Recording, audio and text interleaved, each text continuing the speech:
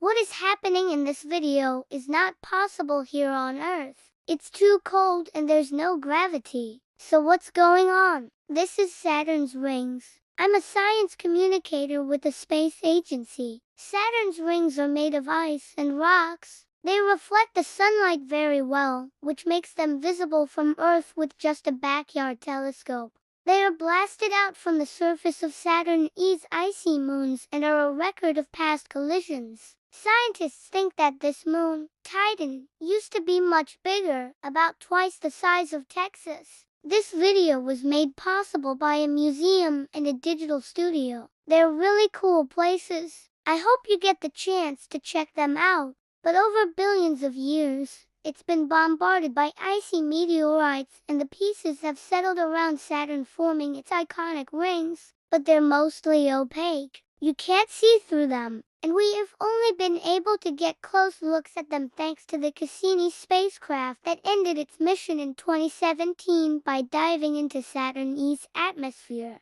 The rocks in these images are humongous. They're called impact ejecta. And speaking of iconic, do you know what else is iconic? The rocks in Saturn's rings are also like little time capsules containing organic molecules that formed in the early days of our solar system. By studying them, scientists hope to learn more about how planets form and evolve.